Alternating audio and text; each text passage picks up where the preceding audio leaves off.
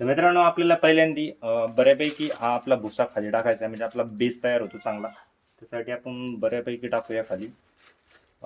टाकून झाल्यानंतर आपण आपले सीड्स असे हातावर घेणार, अशी बऱ्यापैकी घ्यायची, बघू शकता. आणि हे साईडने टाकायचे, एकदम मधी पण नाही टाकायचे आणि लई साईडला पण नाही टाकायचे, असे बाहेरून दिसले नाही पाहिजे.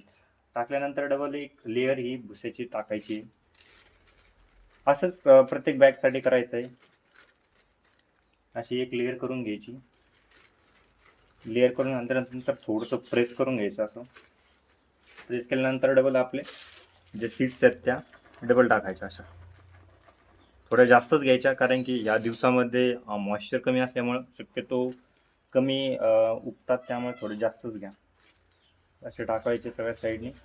देन डबल एक लेअर भुस्याची. असंच प्रत्येक लेअरला करायचं. अशा बॅग सगळ्या फिल करायच्या. हे बघू शकतात, ही एक बॅग आपण फिल केलेली आहे. आणि बॅग फिल केल्यानंतर आपल्याला असे छिद्र पाडायचे. बघू शकतात आपण इथे छिद्र पाडलेले असे. हे झालं हे असे, कारण की आपल्या जे मशरूम आहेत त्यांना ऑक्सिजन पण भेटला पाहिजे, त्यासाठी आपण असं केलं पाहिजे. तर मित्रांनो, भेटूया पुढच्या व्हिडिओमध्ये दाखवूया पुढची प्रोसेस. धन्यवाद.